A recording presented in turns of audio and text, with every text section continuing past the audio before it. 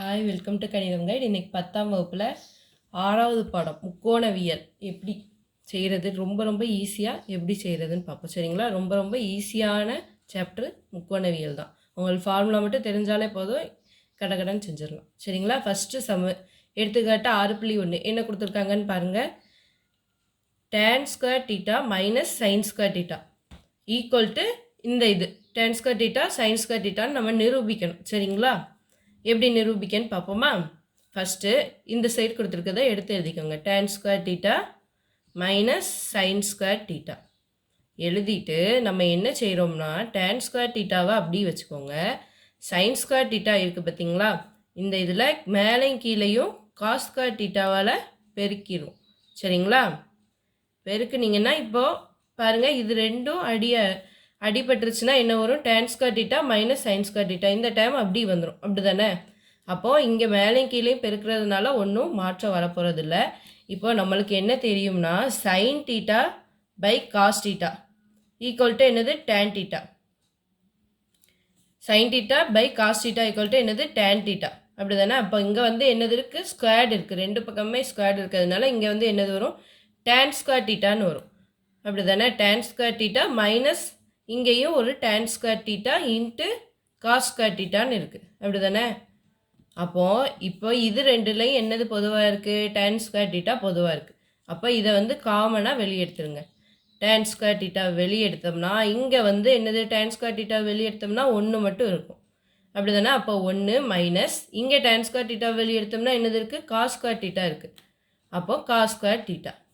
இப்போது tan square தீட்டாவை அப்படி வச்சுக்கோங்க. வச்சுட்டு 1 மைனஸ் காஸ் ஸ்கொயர் தீட்டா. அதுக்கு ஃபார்முலா என்னது? 1 மைனஸ் காஸ் ஸ்கொயர் தீட்டாவுக்கு ஃபார்முலா சைன் ஸ்கொயர் தீட்டா. அப்படி தானே? அப்போது இங்கே என்ன வரும்? Into sine square theta. பாருங்கள், நம்மளுக்கு நிரூபிக்க வேண்டியது வந்துருச்சா? இவ்வளோதான் இந்த சம். சரிங்களா? ரொம்ப ஈஸியான சம். அடுத்தது பாருங்கள், எடுத்துக்காட்டு 6.2 என்னது கொடுத்துருக்காங்க?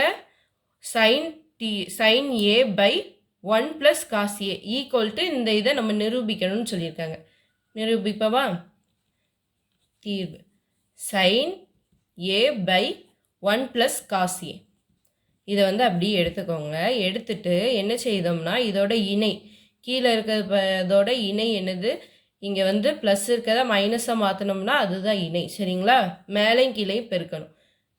1 minus cos A 1 minus cos A, கீழேயும் மேலேயும் 1 மைனஸ் காஸ் ஏவால் பெருக்குங்க. சரிங்களா?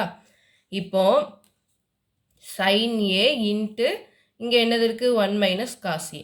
அது அப்படி தான் வரும். அடுத்து கீழே 1 + cos A 1 minus cos A. இது வந்து எந்த மாதிரி இருக்குது? 9th ஒரு ஃபார்முலா படிச்சிருப்பீங்க, ஞாபகம் இருக்கா? a + b a minus b அப்படின்னு ஒரு ஃபார்முலா படிச்சிருக்கீங்களா? a + b into a minus b equal to a² minus b². இது வந்து a, இது வந்து b. அப்படி தானே? அப்போ a + b, இது a, இது b, a மைனஸ் b. அப்போ இதை எப்படி எழுதலாம்? a² minus b². ஏங்கிறது என்னது? 1. அப்போ 1² மைனஸ் bங்கிறது என்னது? Cos A. அப்போ காஸ்² ஏ. சரிங்களா? இந்த இது வந்து உங்களுக்கு புரிஞ்சுதா? a² minus b². இந்த இதை வந்து அப்படி இந்த ஃபார்முலாவில் அப்படி மாற்றி எழுதியிருக்கோம். இப்போது 1 மைனஸ் 1²னால என்னன்னு தெரியும்? 1 தான். அப்படி தானே? 1 வந்து ஸ்கொயர் பண்ணால் 1 தான் வரும். மேலே இருக்கிறத அப்படி எழுதிக்கோங்க. 1 மைனஸ் காஸ்² ஏ. 1 மைனஸ் காஸ்² ஏனா என்னது? 1 minus cos A equal to sine A. அப்போது sine A 1 minus cos A by இங்கே 1 மைனஸ் காஸ்² ஏக்கு சைன்² ஏன்னு எழுதுவோம்.